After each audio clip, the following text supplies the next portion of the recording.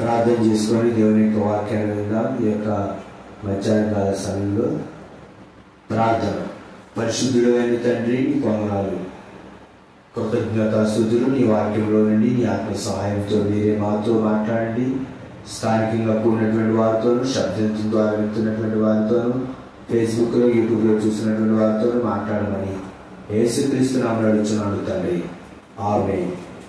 దేవుని వాక్యాన్ని చూద్దాం. లూకా సువార్త 18వ అధ్యాయము. లూకా సువార్త 18వ అధ్యాయము చదవండి. దేవుని యొక్క వాక్యము 9వ వచనము. లూకా సువార్త 18వ అధ్యాయము 9వ వచనం. ఆమె నీతిమంతులమని తమను నమ్ముకొని ఇతరులను తృణీకరించు కొందరితో ఆయన ఈ ఉపమానము చెప్పాను. చాలు. తామే నీతిమంతులమని తమను నమ్ముకొని ఇతరులను తృణీకరించు వారితో, ఇతరులను తృణీకరించు కొందరితో ఆయన ఈ ఉపమానం చెప్పాను. యేసుక్రీస్తు ప్రభువారు చెప్పినటువంటి ఉపమానం. ఏమిటా ఉపమానం? తామే నీతిమంతులమని ఇతరులను తృణీకరించు వారు ఉన్నారు కొంతమంది. వారితో యేసుక్రీస్తు ప్రభువారు ఉపమానం చెప్పారు. మొట్టమొదటిగా ఉపమానంలో ఏముందో తెలుసా? ఉపదేశం. ఏముందండి? ఉపదేశం ఉంది ఉపమానంలో. ఇక్కడ యేసుక్రీస్తు ప్రభు చెప్పిన ఉపమానం. ఏమిటా ఉపమానం అంటే, ఒక ఇద్దరు మనుషులు ఉన్నారు. ఆ ఇద్దరు మనుషులు, వాళ్ళలో ఒకరు పరిసేయుడు, ఇంకొకళ్ళు సొంకరు. అయితే పరిసేయులు అంటే ఎవరంటే, వీళ్ళు యేసుక్రీస్తు ప్రభువారు శరీరధారిగా ఉన్నటువంటి కాలంలో తర్వాత కూడా ఉన్నారు. పరిసయ్యులు అంటే ఎవరంటే, వీళ్ళు ధర్మశాస్త్రాన్ని పాటించేవాళ్ళు. దేవుడు మోషే గారి ద్వారా ధర్మశాస్త్రాన్ని ఇచ్చారు. దేవుడు ధర్మశాస్త్రాన్ని పాటించేవాళ్ళు, తూచా తప్పకుండా ఆచారాలు, సాంప్రదాయాలు, కట్టుబాట్లు పాటిస్తూ వీళ్ళు సమాజంలో ఉండేవాళ్ళు. సమాజంలో ఉండేటటువంటి పేదవాళ్ళు, మధ్యతరగతి ప్రజల యొక్క మెప్పు పొందుతూ వీళ్ళు సమాజంలో ప్రజల యొక్క ఆదరణ, అభిమానాలు పొందుతూ మేమే పరిశుద్ధులము, దేవుని పిల్లలము, మేమే బోధకులము, లేకపోతే మేమే దైవ ప్రతినిధులము అన్నట్టు వాళ్ళు జీవించేవారు.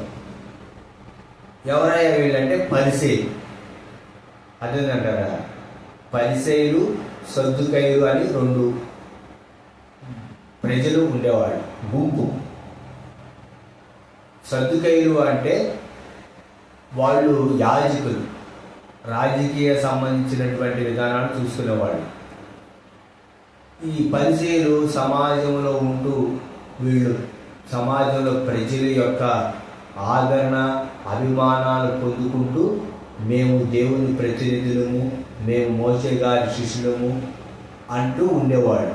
వీళ్ళే సమాజంలో అధికారాన్ని చలాయించేటటువంటి వాళ్ళు పరిసేయులు. ఇంకొకటి ఎవరంటే సుంకరులు. సుంకరులు అంటే తృణీకరించబడినటువంటి వాళ్ళు, తక్కువ వాళ్ళు, సమాజంలో ఎన్నిక లేని వాళ్ళు. ఈ యొక్క పరిస్థితి దృష్టిలో వీళ్ళు ఎవరంటే అంటరాని వాళ్ళు, పాపులు, అంటరాని వాళ్ళు, పాపులు. అలాగా ఆనాటి కాలంలో, ఆనాటి సమాజంలో వారిని ఆ విధంగా గుర్తించేవారు. యేసుక్రీస్తు ప్రభు చెప్పినటువంటి ఈ ఉపమానంలో పరిసేయుడు, సుంకరి, ఈ ఇద్దరు ఎక్కడికి వెళ్ళారయ్యా అంటే దేవాలయంలోకి వెళ్ళారు. ఆనాడు ఉదయకాలం, మధ్యాహ్నం దేవాలయంలోకి వెళ్ళి ప్రార్థన చేసేవాడు. అయితే ఈ ఇద్దరు మనుషులు ప్రార్థన చేసిన విధానాన్ని యేసుక్రీస్తు ప్రభువారు తెలియజేశారు. ఈ మధ్యాహ్న కాల సమయంలో మన యొక్క వాక్య వర్తమాన అంశం ఏంటంటే ప్రేమ లేని ప్రార్థనాపరుడు. ఎవరు? ప్రేమ లేని ప్రార్థనాపరుడు. ఎవరి మీద? ఇతరుల మీద ప్రేమ లేని ప్రార్థనాపరుడు. ఇది ఈ యొక్క మధ్యాహ్న కాల సమయంలో మన యొక్క వాక్య కూడిక యొక్క లేఖన వాక్య అంశం ప్రేమ లేని ప్రార్థనాపరుడు. ఈ పరిసయ్యుడు మొట్టమొదటిగా దేవాలయంలోకి వెళ్ళాడు ప్రార్థన చేయడానికి. ఈ పరిసయ్యుడు ఏం చేశాడంటే మొట్టమొదటిగా ఆయన నిలవబడ్డాడు. పరిసయ్యుడు నిలవబడి ప్రార్థన చేస్తూ ఉన్నాడు. నిలవబడి అంటే సమాజంలో పరిసయ్యులు అనేవారు తరచూ నిలవబడి అక్కడక్కడ మరి వీధులలో నిలబడి ప్రార్థన చేసేవారు. దేవాలయాలకు వచ్చి కూడా నిలవబడేవాళ్ళు. తర్వాత మరి సాగిలబడి ప్రార్థన చేసేవాళ్ళు లేదా మోకరించి ప్రార్థన చేసేవాళ్ళు. అంటే నిలవబడి ప్రార్థన చేసినప్పుడు అంటే నిలవబడటం అంటే సహజంగా నిలబడటం అంటే నిలబడవచ్చు, తప్పు లేదులే. కానీ ఎక్కువ శాతం నిలబడి ఎందుకు ప్రార్థన చేసేవాళ్ళంటే నిలబడి ప్రార్థన చేసినప్పుడు ఇతరులు ఏం చేస్తారు? వాళ్ళని చూస్తారు. అది నిలబడి ప్రార్థన చేస్తారు, చేతులెత్తి ప్రార్థన చేస్తారు. అంటే ఇతరుల యొక్క దృష్టిని వాళ్ళు ఆకర్షించాలి అని ఉద్దేశం. అంటే వీళ్ళు సామాన్య ప్రజలు వీళ్ళని అబ్బా వీళ్ళు భక్తి పరులు గొప్పోడు అని గుర్తించాలి అనే ఆలోచన. అదే మీకు ఈనాడు కూడా ఉన్నారు. ఈనాడు పరిశీలు అనేవాళ్ళు లేరు, కానీ ఆ పరిశీలి లాంటి స్వభావం కలిగిన వాళ్ళు ఉన్నారు. స్వభావం వీళ్ళు ఎవరంటే ఆధునిక పరిశీలి, మోడర్న్ పరిశీలి. వీళ్ళు కొంతమంది ఎలా ప్రార్థన చేస్తారు? రెండు చేతులు దగ్గరగా ఎత్తి, దేవా సహాయం చేయండి నాయన, ఇప్పుడే సహాయం చేయండి ప్రభువా. దేవుణ్ణి ఏం చేస్తారు? దేవుణ్ణి ఏం చేస్తారంటే గద్దిస్తారు. దేవుణ్ణే గద్దిస్తారు. ఆలి నన్ను చూస్తున్నారు, తోటలో ప్రార్థన చేసినప్పుడు అందరు చూస్తున్నారు, ఇంకా గట్టిగా అందరు చూస్తున్నారు కాబట్టి ఇంకా గట్టిగా ప్రార్థించాలి. రెండు చేతులు ఎత్తి ప్రార్థించాలి. అర్థమంటారా? ఆ రోడ్డు మీద ప్రార్థించాలి, లేకపోతే గొంతులలో నిలబడి గట్టిగా ప్రార్థించాలి దగ్గర. ఎందుకంటే అమ్మో ఎంత ప్రార్థనా పరుడండి అన్న, ఎంత ప్రార్థన చేస్తాడు అని ఎవరు అనుకోవాలి? ప్రజలు అనుకోవాలి. ఉన్నారు ఈరోజు క్రైస్తవ సమాజంలో అలాంటి వారు అనుకోవాలి. అదేంటారా? కొంతమంది చూడండి, ప్రార్థన జరుగుతూ ఉంటే మధ్యలో వచ్చి మోకాళ్ళు వేసి రెండు చేతులు ఎత్తి మధ్యలో ప్రార్థన చేస్తున్నారు. మరి ఇటు ప్రార్థన జరుగుతుంటే అప్పటికప్పుడు వచ్చి నువ్వు రెండు మోకాళ్ళు వేసి రెండు చేతులు ఎత్తి ప్రార్థన చేస్తున్నావు అంటే దాని అర్థం ఏంటి? అందరూ నీ వైపు చూడాలి అని, అంతేనా? అంటే ఇతరులు మనల్ని ఏమనుకోవాలి? భక్తి కలిగిన వాళ్ళు, మంచోళ్ళు, ప్రార్థనా పరులు, పరిశుద్ధులు అని అనుకోవాలి. దేవుడు కాదు, ఇతరులు. మొట్టమొదటిగా ఈ పరిసయ్యుడు ఏంటంటే ఇక్కడ దేవుణ్ణి ప్రేమించే వ్యక్తి కాదు అని. దేవుణ్ణి ప్రేమిస్తే ఈ ప్రార్థనా పరుడు దేవుణ్ణి ప్రేమిస్తే నిలవబడ్డం దేవుని సన్నిధిలో ఏమవుతాడంటే సాగిలపడతాడు. దేవుడు అంటే ముందు దేవుణ్ణి ప్రేమిస్తే ఏమొచ్చింది? ఏమొచ్చిందండి? దేవుణ్ణి ప్రేమిస్తే ఏమొచ్చింది? భయం వచ్చింది. దేవుణ్ణి ప్రేమించకపోతే ఏమొచ్చింది? అహంకారం వచ్చింది, గర్వం. దేవాలయంలోకి వచ్చి దేవుని ముందే ఏమయ్యాడు? నిలవబడ్డాడు.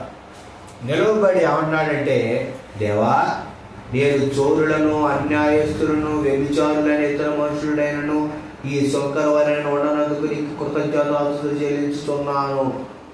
దేవుడికి స్తోత్రం అని చెబుతాడు. పరిశీలి చేసినటువంటి ప్రార్థనలో దేవుడికి స్తోత్రం అంటాడు. ఎందుకు దేవుడికి స్తోత్రం? ప్రభువా, నాకు ఆరోగ్యం ఇచ్చావు, శక్తి ఇచ్చావు, బలం ఇచ్చావు, జ్ఞానం ఇచ్చావు, రక్షించిపోతున్నాను, రక్షించావు, నీకు స్తోత్రం అని అనట్లా.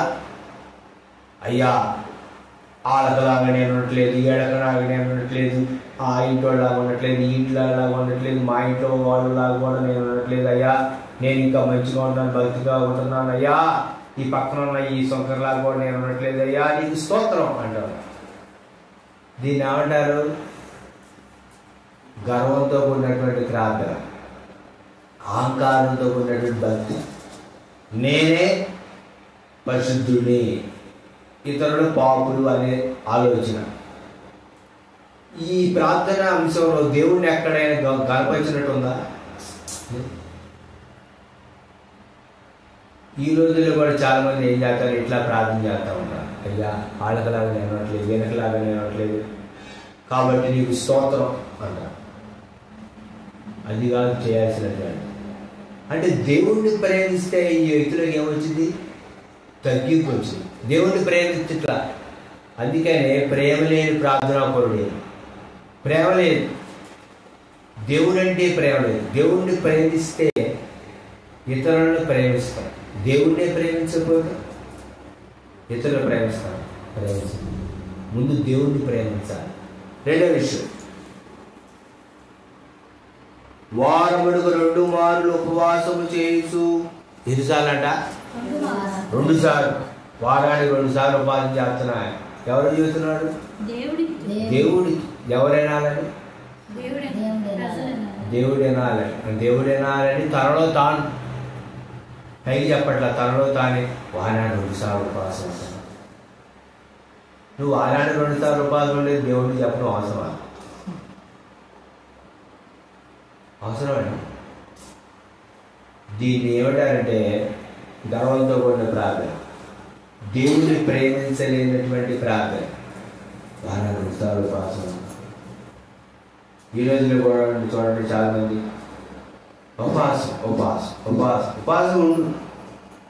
ఉపవాసం ఉండు, ప్రార్థన చేయి, తప్పు లేదు.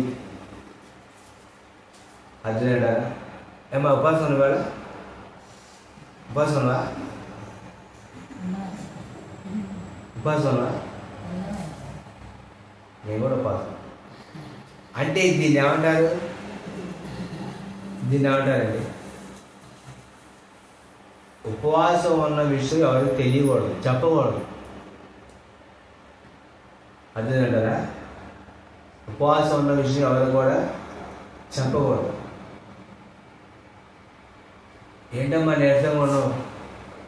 ఉపవాసం అన్నా చెప్పకూడదు. నీవు ఉపవాసం ఉన్నప్పుడు నీ ముఖము కడుక్కొని, నీ తల అంటుకొని, రహస్య మందు చూసి నీ తండ్రికి ప్రార్థన చేయాలి. అదేనంట. ఉపవాసం ఉన్నప్పుడు మంచిగా శుభ్రంగా స్నానం చేసి మంచిగా నీట్గా ఉండాలి. మంచిగా ఉండాలి. ఇప్పుడు ఫంక్షన్కి వెళ్తే ఎట్లా ఉన్నాం? ఫంక్షన్కి వెళ్తున్నారు, మన చుట్టాలు ఉన్నారు, మనం ఫంక్షన్ తీసారు, ఎట్లా ఉంటాం? ఎట్లా వెళ్తామండి? ఎట్లా వెళ్తాం?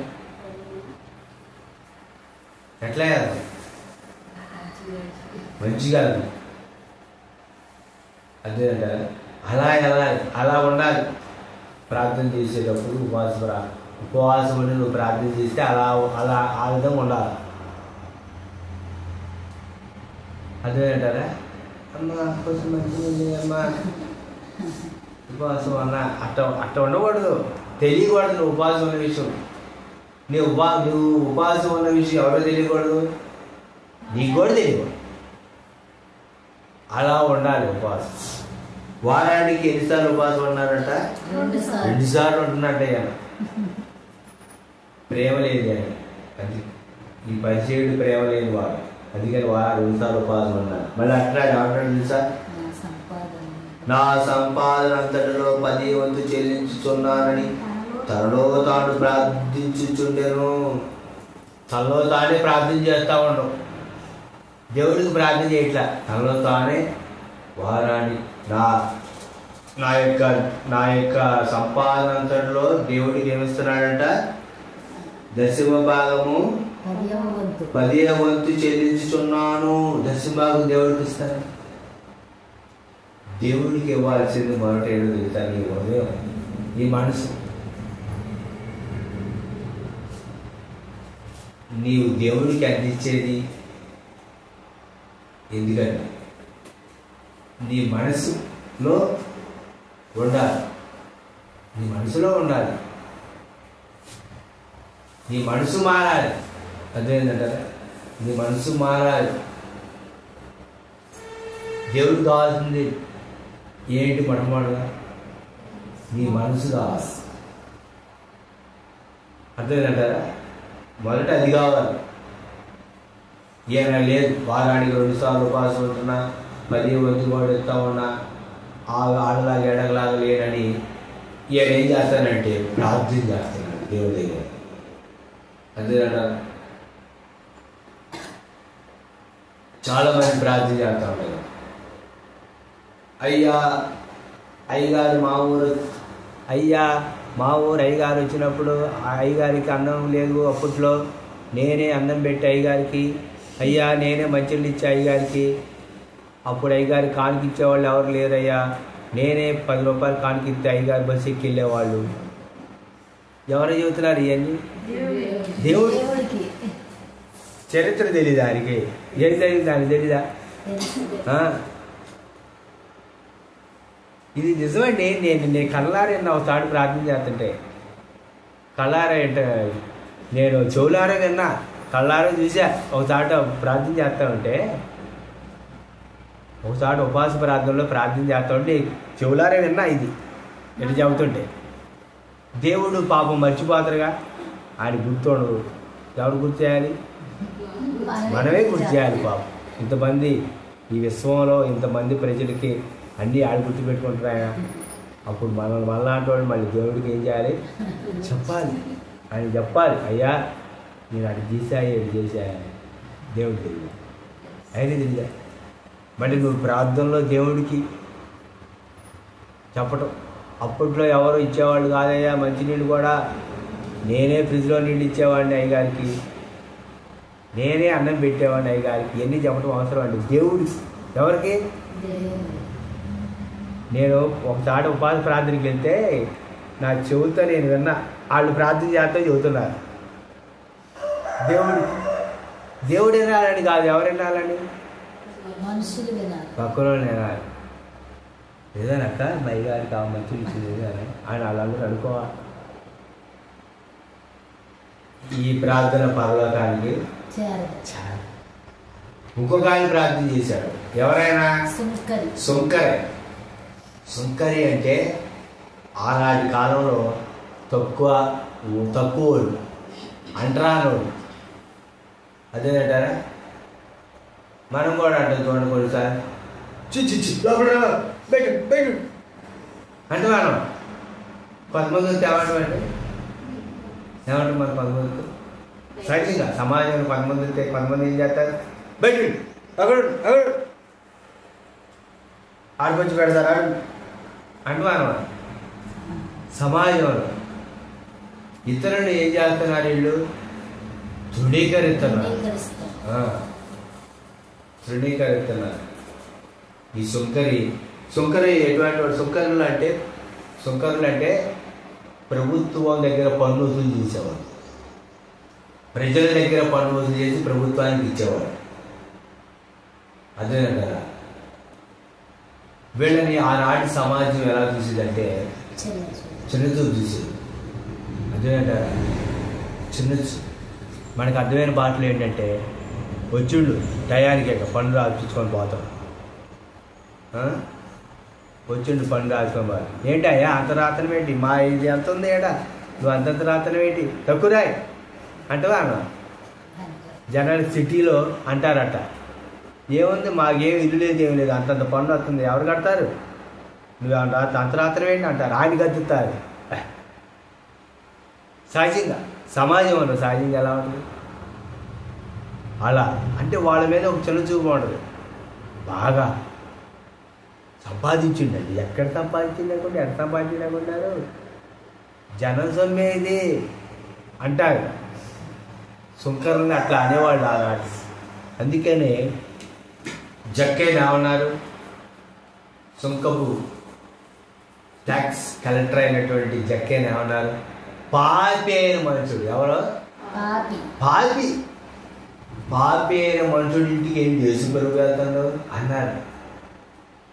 అంటే జక్కయ్యని ఎలా చూసేవాడంటే పాపి, బాగా సంపాదించిండండి, బాగా కూడబెట్టిండండి. ఇది జనరల్గా సహజంగా మనోళ్ళు ఏమంటారు, బాగా సంపాదించింది. ఎప్పుడు దత్తరు, పురుగులు పడి దత్తరండి. ఎవడో ఒకటి తింటాడు ఆడు సంపాదించింది అంటారంటారా సహజంగా. పాపి అయిన మనిషి ఇంటికి ఏంటి ఏం వెళ్తాడు?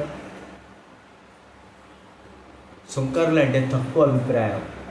ఈ సుంకరి దేవాలయంలో రావడానికి కూడా ఇతనికి ఏమి లేదంట, అయితే సుంకరి దూరముగా నిలుచుండి ఆకాశం వైపు కనులెత్తుడికైనను ధైర్యం చాలక రొమ్ము కొట్టుకొనుచు, దేవా పాపినైన నన్ను కరుణించి మళ్ళీ పలికెను. ఎలా పలికాడు? అది ప్రార్థన చేసే మనసు. అది దేవా నేను పాపిని, రక్షించిపోతే నన్ను ప్రేమించావు, నన్ను రక్షించావు, నీకు స్తోత్రం, పాపిని నన్ను కరుణించు అని ప్రార్థించారు. అదే కదా. అది అంటే ఈ సుంకరి మీద ఈ పరిచయకి ఏం లేదు, ప్రేమ లేదు.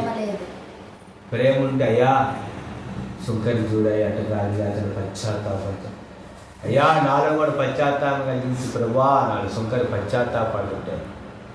ఏమేంటి సుంకరి కనులెత్తి ఆకాశం చూడటానికి కూడా ధైర్యం చాలక, అయ్యా పాపిని నన్ను ఖండించయ్యా, క్షమించయ్యా, నన్ను రక్షించయ్యా అని ప్రార్థన చేస్తామంటే ఏనే ప్రార్థన చేస్తాడు?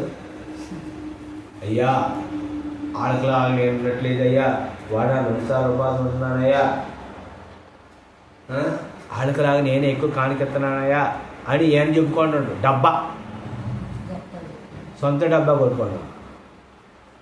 ప్రేమ లేదు, ఏమి లేదు, ప్రేమ లేని ప్రార్థన పనులు.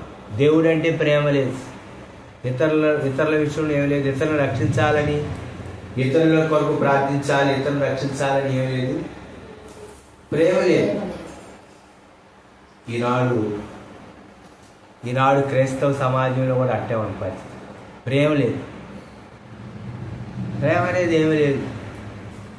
అదేంటారు, ఓ ఎంతో చెబుతారు, అంతా ఏంటి డబ్బా. అదేంటారు డబ్బా. అదేంటారా ఉట్టి చెట్టుకి తాలింపు వేస్తారు. ఉట్టి చెట్టు తాలింపు అయితే ఏమంటుంది? నూనె లేకుండా టమ్ టమ్ టమ్ టమ్ టమ్ టమ్ అంటాడు. ఏముండదు ఆడ, అలా ఉంటుంది. అలా ఉండకూడదు. దేవుణ్ణి ప్రేమించాలి. నీ పూర్ణోదయంతోనూ, పూర్ణాత్మతోనూ, పూర్ణ వివేకంతో నీ దేవుడైనటువంటి ప్రభువును ప్రేమించాలి. బైబిల్ అంతా అదేనండి. బైబిల్ మొత్తం అదే. బైబిల్ అంతా ఏంటో తెలుసా? నీవు దేవుణ్ణి ప్రేమించు, నీవు ఇతరులని ప్రేమించు. నీ దేవుడైన ప్రభువును పూర్ణ హృదయంతో, పూర్ణాత్మతో, పూర్ణ మనసుతో ప్రేమించవలను, నిలువలే నీ పొరుగువాన్ని ప్రేమించు. ఇదే బైబిల్ అంతా. నువ్వు దేవుణ్ణి ప్రేమిస్తే ఇతరులు ప్రేమిస్తావు. దేవుణ్ణి ప్రేమించకపోతే ఇతరులు ప్రేమించు. దేవుణ్ణి ప్రేమిస్తే నీవు దేవుడి కొరకు జీవిస్తావు. దేవుణ్ణి ప్రేమిస్తే నువ్వు పరిశుద్ధంగా ఉంటావు. దేవుణ్ణి ప్రేమిస్తే నువ్వు పాపానికి ఎలా ఉంటావు? దూరం. ఈ సుంకరి పశ్చాత్తాపడ, ప్రేమ కలిగిన ప్రార్థనాపరుడు ఒక ఆయన ఉన్నాడు. ప్రేమ కలిగిన ప్రార్థనాపరుడు ఆయన ఎవరో తెలుసా? యేసుక్రీస్తు. సిలువలో ప్రార్థన చేస్తా ఉన్నాడు, తండ్రి వీరేమి చేస్తున్నారు, వీరెరు కనుక వీరిని క్షమించు. క్షమించు. ప్రేమ ఉంది ఆయనకి, వాడు రక్షించబడాలని. అందుకే ప్రేమ కలిగి ప్రార్థన చేస్తున్నాడు యేసుక్రీస్తు. శాస్త్రులు పరిచయని గద్దించాడు. అంటే వాళ్ళ మీద ద్వేషం ఉందా? లోపల ప్రేమించడం కంటే బహిరంగంగా గద్దించుట మేలు. బహిరంగ గద్దించాడు. ఇప్పుడు గద్దిస్తే మీ మీద పాపం కాదు. ప్రేమ ఉంటే గద్దించాలి, ప్రేమ లేకపోతే గద్దించాలి. అబ్బాయి మనకి అంటారు. లోపల ప్రేమించడం కంటే బహిరంగంగా గద్దించుట మేలు. యేసుక్రీస్తు ప్రభువు శాస్త్రం పరిచయం గద్దించాడు. వాళ్ళ జీవితాలు మార్చుకోవాలి. వాళ్ళ మీద ఆయనకు ప్రేమ ఉంది. ప్రేమ కలిగిన ప్రార్థనా పరుడు యేసుక్రీస్తు. ప్రేమ లేని ప్రార్థనా పరుడు పరిచయం. నీవు పరిచయలా ఉన్నావా? యేసుక్రీస్తు ప్రభులా ఉన్నావా? ఎలా ఉంది నీ ప్రార్థన? పశ్చాత్తాపంతో కూడిన సుంకరలాగా ప్రార్థన చేస్తున్నావా? ఇతరులను ప్రేమించి వాళ్ళ క్షేమం కొరకు క్షమించమని నజరేయుడైనటువంటి యేసుక్రీస్తు ప్రభువు వారు శిలలో ప్రార్థించినట్లు, తండ్రి వీళ్ళేం చేస్తున్నారో వీరికి తెలియదు కాబట్టి నేను క్షమించు అని ప్రేమ కలిగి ప్రార్థన చేస్తున్నావా? నీ ప్రార్థన ఎటువంటిది? నిన్ను పరీక్షించుకో. ఈ మధ్యాహ్న సమయంలో ప్రభువైన యేసుక్రీస్తు వారి వాక్యం ద్వారా నీతో మాట్లాడారు కనుక ప్రేమ కలిగి ప్రార్థన చేస్తాం. ప్రేమిద్దాం. కొంతమంది చూడండి ఎన్నో చెబుతారు గొప్పలు, ఏమో ప్రేమ లేని వాడినైతే వ్యర్థుడు అన్నారు అపోస్తలుల పౌలు. ప్రేమ లేకపోతే వేస్ట్. కనుక ప్రేమ కలిగి ప్రార్థన చేద్దాం. దేవుణ్ణి ప్రేమిస్తూ ఇతరులను ప్రేమిస్తూ. వీటి మాట తీర్చుగాక. ఆమె ప్రార్థన చేస్తున్నాం. చిన్న ప్రార్థన. ప్రియ తండ్రి, మీ పిల్లలు మీ మాట విన్నారు. వారి అంతరంగంలో భద్రపరచండి. ఈ మాట ప్రకారం జీవించడం మాకును మా ఒక్కొక్కరిని సహాయం అనుగ్రహించమని నీతిమంతుడైన యేసుక్రీస్తు నామములో అడుగుచున్నాను తండ్రి. ఆమేన్.